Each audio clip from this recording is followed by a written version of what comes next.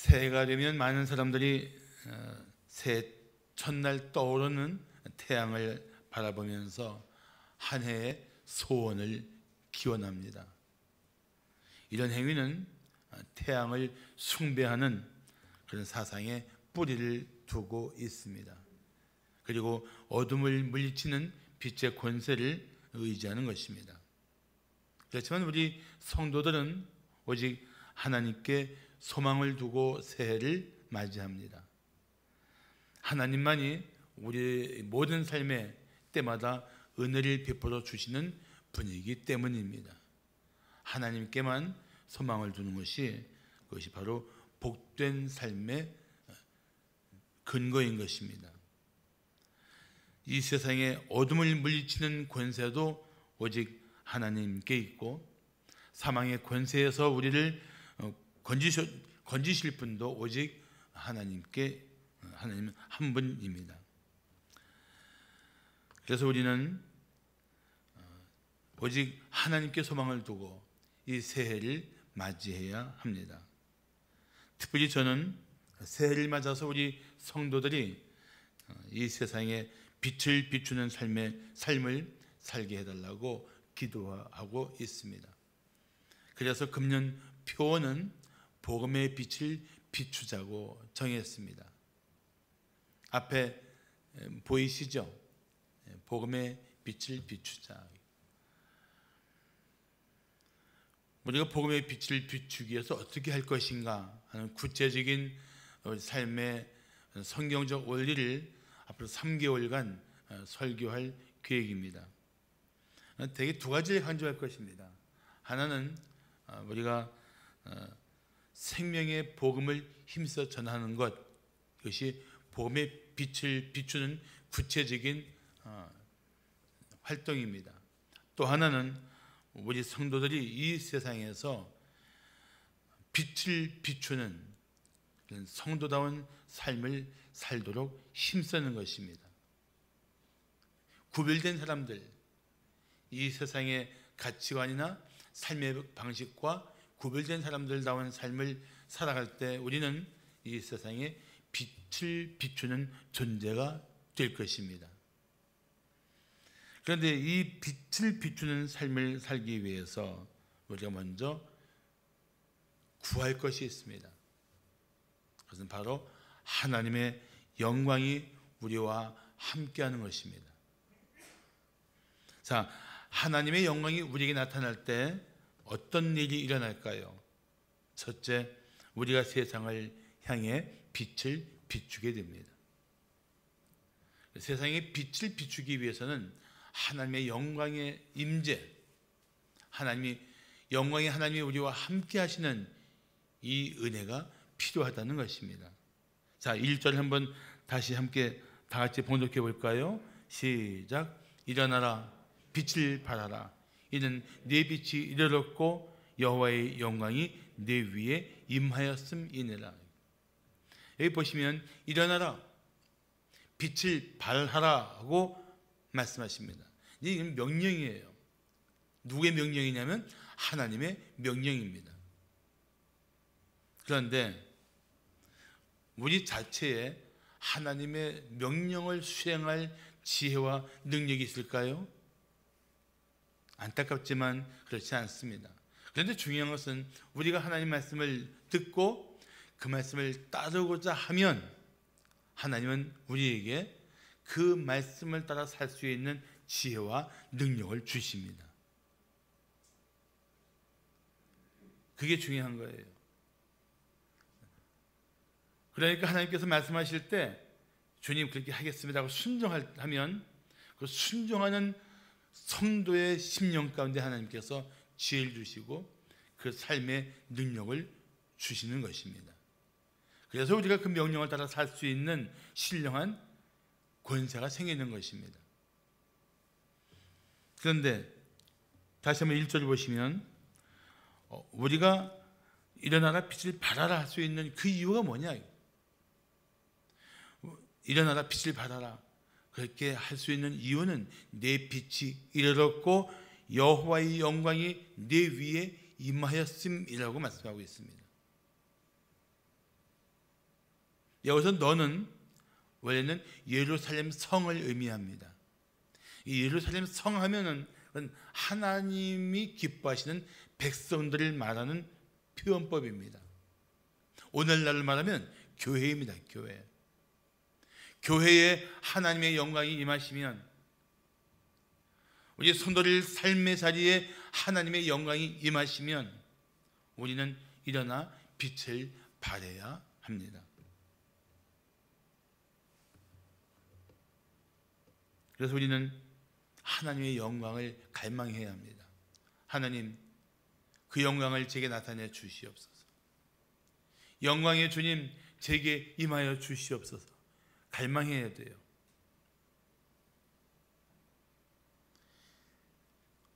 예배할 때마다 하나님의 영광스러운 임재 앞에서 예배하는 감격과 감동이 넘쳐야 합니다. 그래야 영광의 주님의 임재 가운데 우리는 빛을 비출 수 있는 존재로 회복이 되는 것입니다. 기도할 때마다 하나님의 임재 앞에서 기도하는 확신을 가져야 합니다. 그래야 하나님과의 만남 속에서 기도 가운데 그분의 뜻을 알고 그 뜻을 행할 수 있는 신령한 힘을 얻는단 말이죠. 그러면서 우리는 하나님의 영광이 임한 사람답게 살 수 있는 변화가 일어나기 시작합니다. 우리가 찬양할 때마다 찬양 중에 임하신 하나님을 기뻐해야 합니다. 그래야 찬양을 통해서 우리의 삶이 더욱 주님을 만나고 그분의 은혜 붙들려 일어서게 되는 것입니다. 그렇게 하나님의 영광스러운 임재를 경험한 성도는 이 세상 속에서 하나님의 사람답게 살게 되어 있습니다. 그러니까 예배를 그냥 일상의 일 중에 하나로 생각하지 마세요. 예배야말로 하나님의 영광스러운 임재 앞에 나오는 가장 아름다운 시간이고, 예배를 통하여 하나님의 영광의 임재를 경험한 성도는 세상을 향해서 빛을 발할 수 있는 영적 회복이 일어나게 되는 것입니다. 참 과학적으로 아무리 설명해도 이해되지 않는 여러 가지 어려운 일들이 있지만, 저는 한번 달이 태양의 빛을 받아서 어두운 밤에 빛을 낸다는 그 사실이 아무리 얘기를 해도 솔직히 이해하기가 좀 어렵습니다. 여러분들은 어떤지 모르겠어요. 실제로 달은 우리 인간이 밟아보았던 경험이 있는 유일한 혹성입니다. 근데 그 영상들을 보셔서 알겠지만 거기는 스스로 빛을 낼 수 있는 가능성이 전혀 없을 뿐만 아니라 빛을 반사할 수 있는 조건도 없는 혹성입니다. 그런데 그 달이 태양의 빛을 받아서 달빛을 낸다는 거예요. 달빛을. 이거 어떻게 이해할 수 있습니까? 이해가 되십니까? 저는 안 돼요. 아직도. 그런데 이와 똑같은 일들이, 이해할 수 없는 일이 제 삶에 나타났습니다. 저는 결코 빛이 될 수 없는 조건을 가진 사람입니다. 그런데 예수님이 내 안에 생명의 빛으로 오신 순간 저는 빛을 낼 수 있는 존재가 된 것입니다. 아무리 봐도 내 안에 예수님의 빛을 비출 수 있는 그런 조건이 전혀 없어요. 달과 같은 존재입니다. 그런데 예수 그리스도는 저를 구원하시고 저에게 빛으로서 존재하게 하셨다는 사실입니다. 어둠을 비추는 빛이 되게 하셨다는 것입니다. 그러니까 누구든지 하나님의 영광이 함께하는 사람은 세상에서 빛을 바라며 살아야 합니다.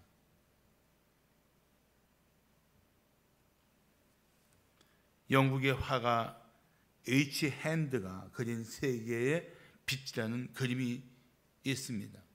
그 그림은 예수님의 손에 등불을 들고 흑암을 비추며 서 계시는 그림입니다. 그 등불의 빛은 회당의 컴컴한 복도를 비추고 있고 동시에 어두운 세상을 보시고 한탄하시는 예수님의 얼굴을 비춰주고 있습니다. 그런데 그 그림을 본 미술 평론가 그린호프는 그 그림에 대해서 이렇게 평했습니다. 예수님의 손에 들고 계시는 등불에서 빛이 비추고 있고 그 빛이 예수님을 보여주고 있는 것은 잘못된 것이다. 빛은 오히려 예수에게서 나와야 한다.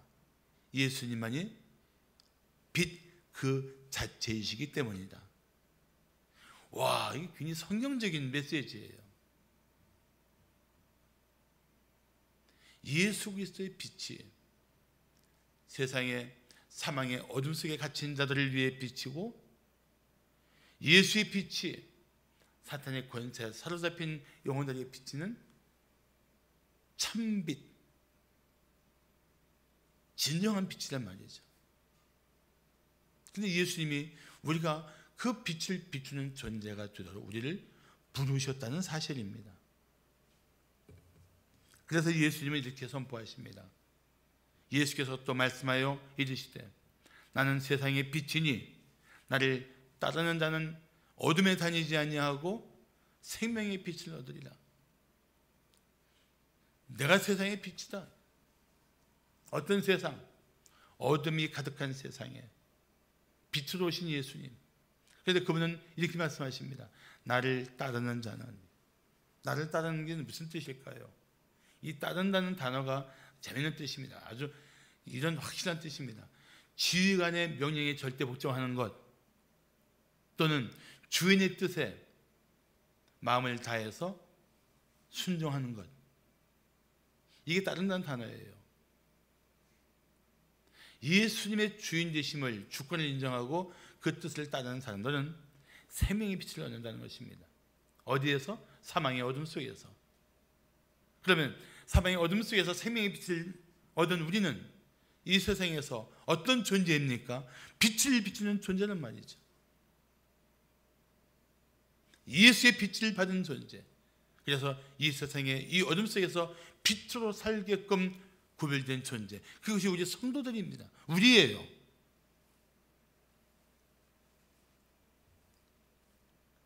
그래서 저는 우리 새해를 맞아서 우리 성도들이 하나님의 영광이 함께하면서 이 세상의 빛으로 자신의 존재가 더욱 분명해지는 삶이 되기를 축복합니다. 축복한다고요. 그럼 아멘 해야죠. 축복한다는데도 불구하고 나를 쳐다보면서 어쩌라고 하면은 정말 우리가 금년 한 해는 이런 결단을 하고 하나를 시작해야 돼요. 주님, 제가 세상의 빛으로 살기를 원합니다. 제게 그 영광을 나타내 주시옵소서. 그것이 여러분들의 기도가 되기를 축복합니다. 할렐루야. 자, 하나님의 영광이 우리에게 나타날 때 어떤 일이 일어날까요? 둘째, 사람들이 하나님을 향해 돌아오게 됩니다.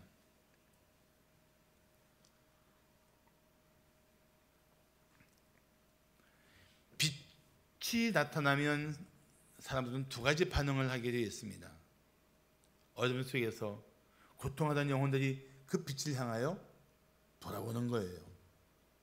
또 하나는 어둠을 사랑함으로 빛이 비치는 순간 더 깊은 어둠으로 숨어드는 것입니다.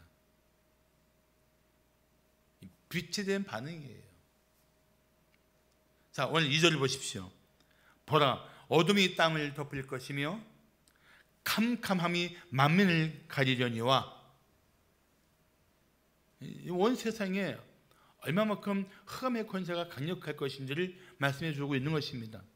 그렇지만 오직 여호와께서 내 위에 임하실 것이며 그의 영광이 내 위에 나타나리니. 온 세상이 어둡고 흑암의 권세 속에 사로잡혀 있어도 우리에게 하나님이 임하시고 그 영광이 나타나게 된다는 것입니다. 여기서 어둠은 죄로 가득한 세상을 사로잡은 어둠의 권세를 의미합니다. 그런데 하나님이 우리에게 임하시고 그 영광을 나타내시면 우리는 빛을 비추게 됩니다. 그때 어떤 일이 일어날까요? 3절을 보십시오. 나라들은 네 빛으로, 왕들은 네 광명으로 나아오리라. 하나님이 내 위에 임하시고 그 영광을 내게 나타내시면 온 멸망이 너를 통해서 하나님께 돌아오게 된다는 거예요. 교회가 존재하는 이유 중에 하나가 그것입니다. 우리가 하나님이 함께 하시는 교회, 그의 영광이 나타나는 교회로서 이 땅에 존재하면 우리를 통해서 나라들이, 이웃들이, 권세자들이 어둠에서 벗어나 빛을 향하여 돌아오게 된다는 것입니다.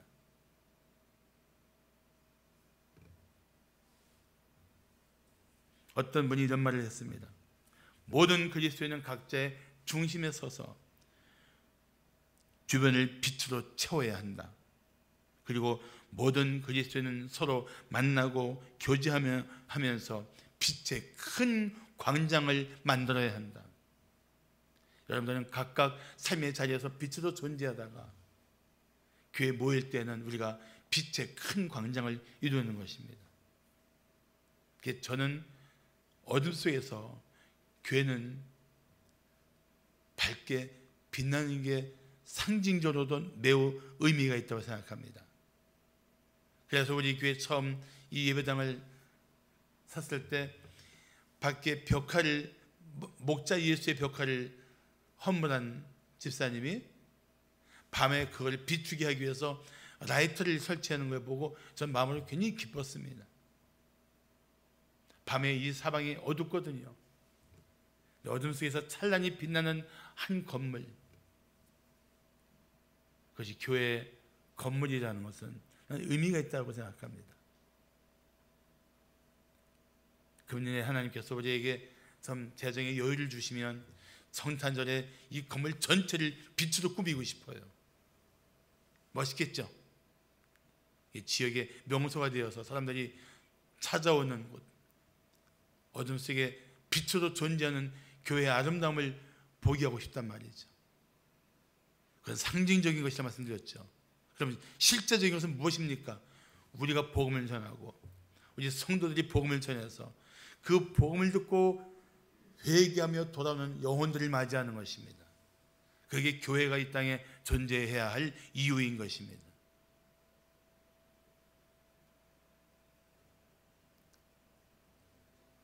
사랑하는 성도 여러분, 우리는 이웃이 죄의 권세에서 벗어나 의의 나라로 돌아오도록 빛을 비춰야 합니다. 우리는 사망의 어둠에 사로잡힌 영혼들이 생명의 빛으로 나오도록 예수를 전해야 합니다. 그래서 바울은 골로새 교회 성도들에게 이런 글을 보냈습니다. 우리로 하여금 빛 가운데서 성도의 기업의 부분을 얻기에 합당하게 하신 아버지께 감사하게 하시기를 원하노라. 그가 하나님께서 우리를 흑암의 권세에서 건져내사 그의 사랑의 아들 예수 그리스도의 나라로 옮기셨으니 그 아들 안에서 우리가 속량 곧 죄사함을 얻었도다. 예수를 믿고 우리가 죄사함 얻은 것이 무슨 변화가 나타난 것입니까? 흑암의 권세에서 우리를 건져서 예수 그리스도의 나라로 옮겨주신 거예요. 믿습니까? 예수를 믿고 구원받았다는 것은 흑암의 권세에 있던 우리를 건져내셔서 사랑의 아들, 영원한 영광의 빛이 찬란한 나라로 우리를 옮겨주셨다는 것입니다. 우리는 그 사실을 감사해야 합니다. 영원히 감사해야 돼요. 그렇다면 우리가 이웃에게 전도해야 하는 이유가 무엇입니까? 흑암의 권세에 사로잡힌 이웃들에게 생명의 빛을 비춰야 하기 때문입니다.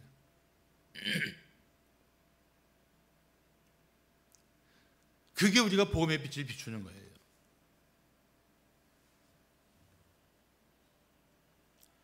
마태복음 5장 14절에서 예수님은 제자들에게 이렇게 말씀하십니다. 너희는 세상의 빛이다. 우리에게 빛이 되라고 말씀하시거나 빛이 되기를 힘쓰라고 말씀하지 않습니다. 우리의 존재는 이미 빛이에요. 세상의 빛입니다. 세상의 빛이라는 것은 무엇을 의미합니까? 세상은 흑암 속에 있고 우리는 그 흑암 속에 빛으로 존재하고 있다는 뜻입니다. 그래서 우리가 이 빛을 더 찬란하게 하기 위해서, 이 빛을 더 힘있게 하기 위해서 우리는 하나님의 영광을 갈망해야 합니다. 주여, 제게 그 영광을 나타내 주시옵소서. 주님 저와 함께 하심으로 제가 세상에 빛으로서의 삶을 살게 하여 주시옵소서. 이게 우리 기도가 되어야 돼요. 새해에는 이 기도가 우리 모두의 공동 기도가 되기를 축복합니다. 그래서 세상에 빛으로서 살아야 돼요. 그런 인물 중에 한 분이 요셉입니다. 요셉을 생각해 보십시오. 그가 노예로 있을 때나 억울한 죄수로 있을 때나 놀라운 사실은 그가 어떤 상황, 어떤 형편이 있든지 하나님은 늘 그와 함께 하셨다는 것입니다. 그리고 그의 삶의 모든 수고들을 형통하게 하셨다는 것입니다. 그래서 창세기 39장 3절은 말씀하기를 요셉의 주인이 보디발이 여호와께서 그와 함께 하심을 보며 또 여호와께서 그의 범사에 형통하게 하심을 보았더라고 말씀합니다. 어느 날 집에 찾아 들어온 20대의 어린 노예에게서 보디발은 놀라운 것을 주목하기 시작합니다. 저 아이에게 하나님이 함께 하시네. 저 아이의 모든 행사를 하나님이 형통하게 하시네. 이걸 보았다는 거예요. 하나님 없이 살아온 사람이. 그게 바로 어둠 속에 있는 영혼들에게 빛을 비추고 있는 삶인 것입니다.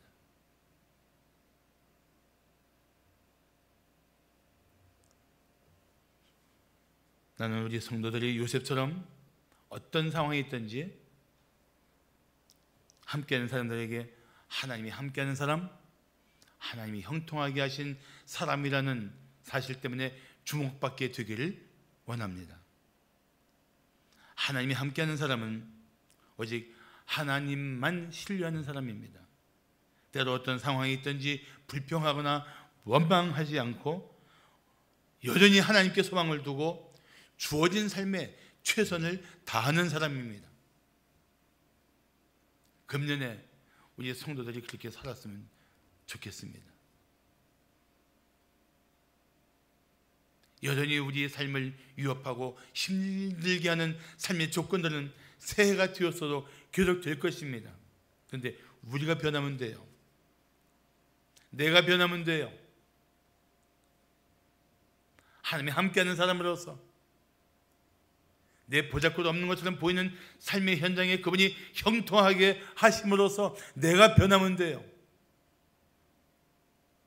그러면 우리는 세상의 빛으로서의 존재적 역할들을 회복하게 될 것입니다. 그 결과 이웃이 우리를 통해 하나님께 돌아오게 될 것입니다.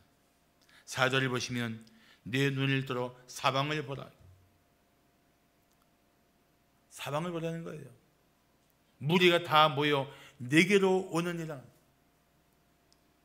노아가 누구라고 했죠? 예루살렘 성, 하나님 나라의 백성들. 오늘날 교회로 해석합니다. 사방에서 교회로 돌아오기 시작한다는 거예요. 빛을 보고 어둠의 권세 속에서 신음하던 영혼들이 돌아온다는 거예요. 그러면서 4절은 이렇게 말씀합니다. 네 아들들은 먼 곳에서 오겠고 네 딸들은 안기어 올 것이라. 자녀들도 돌아와요. 여러분, 우리가 먼저 하나님의 영광에 붙들려 살면 자녀들이 돌아옵니다. 이웃들이 돌아올 것입니다. 사방이 우리 빛을 통하여 하나님께 돌아오게 되는 일을 함께 꿈꾸며 살아가는 새해가 되기를 축복합니다. 마지막으로 하나님의 영광이 우리에게 나타날 때 어떤 일이 일어날까요? 셋째, 우리가 하나님을 향해 영광을 돌릴 것입니다. 우리가 하나님을 향해 영광을 돌려요.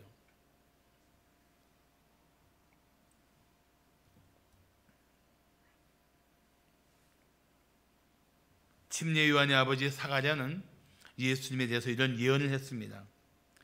주의 백성에게 그 죄사함으로 말미암는 구원을 알게 하리니 이는 우리 하나님의 긍휼로 인함이라. 이로써 돋는 해가 위로부터 우리에게 임하여 어떤 일이 일어날까요? 어둠과 죽음의 그늘에 앉은 자에게 비치고 우리 발을 평강의 길로 인도하신다고 말씀하고 있습니다. 우리에게 어둠과 죽음의 그늘에 앉았던 우리에게 빛이 비추고 우리는 그 어둠을 벗어나게 됩니다. 그래서 우리로 하여금 이 빛으로 존재하게 하심으로 또 다른 어둠 속에 있는 영혼들을 끌어내기 위한 것이 하나님의 뜻이란 말이죠. 그래서 베드로 2장 9절은 우리가 그리스도인으로서 어떤 존재인가를 밝히면서 우리가 그 존재로서의 역할을 말씀해주고 있습니다. 자, 한번 보실까요?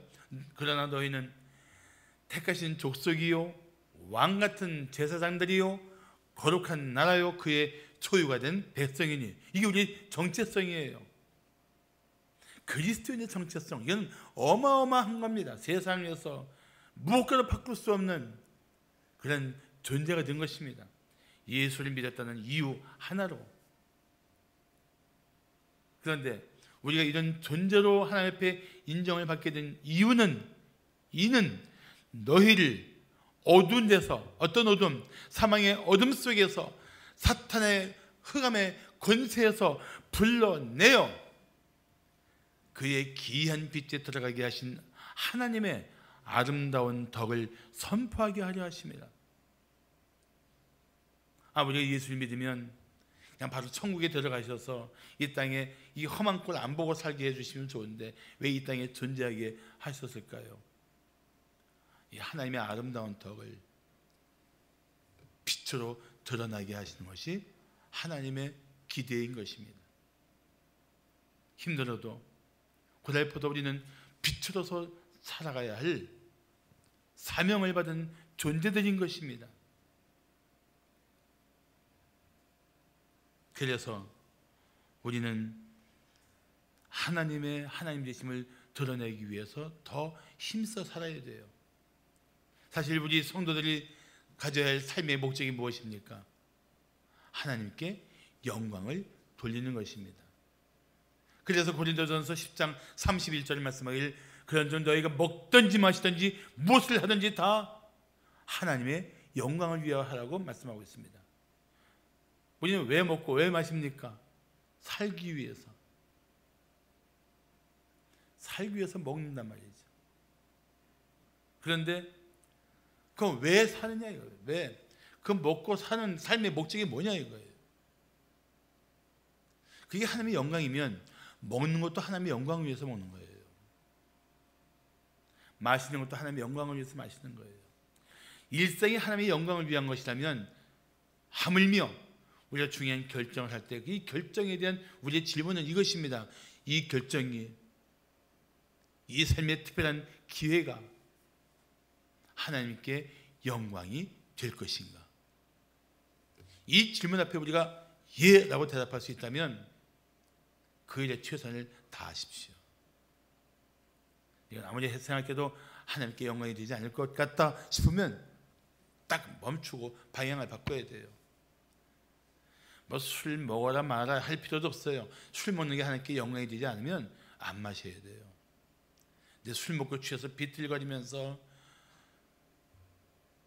여기까지 술이 차서 여기서 찰랑찰랑 소리 나게끔 하면서 하나님께 영광이 될 거라고 기대한다면 그럼 마셔도 돼요.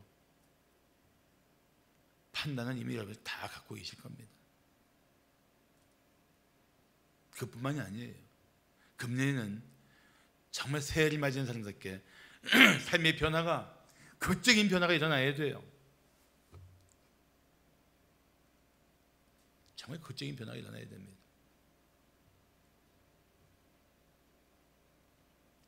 내게 필요한 변화, 하나님의 영광을 위해 필요한 변화가 무엇인지를 누구보다 자신이 잘 알 겁니다. 그 변화를 위해서 도전하십시오. 그 변화를 힘쓰십시오. 사랑하는 성도 여러분, 금년은 다시 한번 뜻을 다지고 하나님의 영광을 위해 살기를 결단하시기를 축복합니다. 할렐루야. 필요해요. 그렇지 않으면 여전히 자기 욕심을 채우려고 보둥거리거나 세상 사람처럼 살거나 아니면 세상의 영광을 얻기 위해 하나님을 등질 수 있습니다. 우리가 하나님의 영광의 임재 속에서 빛을 발할 때 5절에 보시면 어떤 말씀이 나옵니까? 바다의 부가 네게로 돌아오며 이방 나라들의 재물이 네게로 온다고 말씀하고 있습니다. 재물에 놀라운 변화가 있을 수 있습니다. 하나님의 영광이 임할 때 재물도 회복됩니다. 왜 그런 일이 일어날까요? 하나님이 주신 재물로 하나님의 영광을 위해서 사용하도록 맡겨주신 것입니다. 또한 6절과 7절을 보시면 거기에는 사람들이 보물을 가지고 와서 여호와의 찬송을 전파하며 양을 가지고 와서 하나님의 제단에 드림으로써 7절 끝에 보시면 내가 내 영광의 집을 영화롭게 한다고 말씀하고 있습니다. 예배 회복이에요. 예배 회복. 그러면서 9절은 이렇게 말씀합니다. 곧 섬들이 나를 앙망하고 다시스의 배들이 먼저 이르되 먼 곳에서 네 자손과 그들의 은금을 아울러 싣고 와서 네 하나님 여호와의 이름에 드리려 하며 이스라엘의 거룩한 이에게 드리려 하는 자들이라. 이는 내가 너를 영화롭게 하였습니다. 내가 너를 영화롭게 하였기 때문에 세상이 너를 향하여 돌아오고 그들의 삶에 예배가 회복된다는 거예요. 나를 영화롭게 하신 하나님, 나를 영화롭게 하신 하나님을 향해서 우리가 할 일이 무엇입니까? 그분의 영광을 돌리는 것입니다. 그래서 우리는 더욱 금년에 하나님의 영광을 돌리는 존재, 하나님이 영화롭게 한 성도답게 살기를 힘써야 합니다. 마태복음 5장 16절을 말씀하기를 이같이 너희 빛이 사람 앞에 비치게 하여 그들로 너희 착한 행실을 보고 하늘에 계신 너희 아버지께 영광을 돌리게 하라고 말씀하고 있습니다. 그리스도인다운 행실, 그리스도인다운 행실을 힘써야 돼요. 언어 생활, 먹고 마시는 생활, 인간관계 다 하나님의 사람답게 살기를 축복합니다. 다시 한번 말씀드립니다. 하나님의 사람답게 살기를 축복합니다. 축복합니다. 한번 크게 말해보세요. 한번 정말 여러분들이 하나님 앞에 그렇게 살기를 결단하는 마음으로 한번 크게 화답해보세요. 금년 한 해는 뜻을 정하고 하나님의 사람답게 살기를 축복합니다. 그래야 돼요. 결단의 비침이 있어야 돼요. 적당히 침묵하고 난 그럴 수 없어, 내가 살던 대로 살 거야, 이럴 수는 없잖아요. 바뀌어야 돼요. 변화가 필요합니다. 하나님의 영광에 붙들린 사람다운 삶의 변화가 필요해요. 새해는 새롭게 새로운 마음을 가지고 출발해야 마땅한 것입니다. 소설 보물섬을 지은 작가 로버트 스티븐슨인데, 어린 시절에 경험했던 특별한 기억을 그는 잊지 못했다고 합니다. 아니, 잊을 수 없다고 말했습니다. 그는 어릴 때 스코틀랜드의 아주 아름다운 도시, 스코틀랜드의 수도 같은 곳인데 에딘버러에서 자랐습니다. 그 당시만 해도 이 거리에 등불을 놓고 불을 비치는, 오늘날 말하면 가로등 같은 것이었는데, 도시에 어둠이 내릴 때면 스티븐슨은 가로등지기 할아버지가 거리에 있는 기름 등잔에 하나씩 불을 피우는 모습을 지켜보았습니다. 오랜 세월이 흐른 뒤에 스티븐슨은 이런 말을 했습니다. 그 가로등지기에 대해 가장 인상이 남는 것은 그가 항상 자기 뒤로 빛을 남기고 간 것이다. 우리는 지나온 길에 빛을 남기고 있는가? 모든 이에게 소망과 사랑의 빛을 밝혀 주어야겠다. 이게 스티븐슨 씨의 결단이었습니다.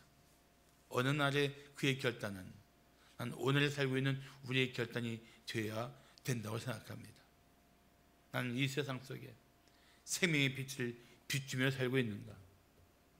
나는 이 세상에 소망의 빛을 비추고 있는가? 우리 모습은 가장 가까이서 가족들이 지켜보고 있고 자녀들이 지켜보고 있습니다. 또 이웃들이 지켜보고 있어요. 그래서 자기 부모를 기억하며 한 사람이 이런 글을 썼습니다. 내가 보고 있지 않다고 생각할 때 나는 당신이 주인 없는 개를 보살펴 주는 걸 보았어요. 그래서 나는 동물들을 잘 대해주는 것이 좋은 일이란 걸 알았어요. 내가 보고 있지 않다고 생각할 때 당신은 기도하고 계셨어요. 나는 그 기도 소리를 들었습니다. 그래서 나는 하나님이 존재하며 언제나 하나님과 대화할 수 있다는 걸 알았어요. 내가 보고 있지 않다고 생각할 때 나는 당신의 눈에서 눈물이 흐르는 걸 보았어요. 그래서 나는 때로 인생이라는 것이 힘들며 웃는 것이 나쁜 것이 아님을 알았어요. 내가 보고 있지 않다고 생각하셨을 때 나는 당신을 보고 있었어요. 우리는 누군가에게 빛으로서 존재하게 됩니다. 자녀들이 보고 있고 이웃이 보고 있어요. 이런 세상에서 하나님이 함께하는 사람, 하나님의 영광이 임한 사람답게 빛을 비추는, 그렇게 빛을 비추며 살아가는 2022년도가 되기를 축복합니다. 할렐루야. 기도하겠습니다.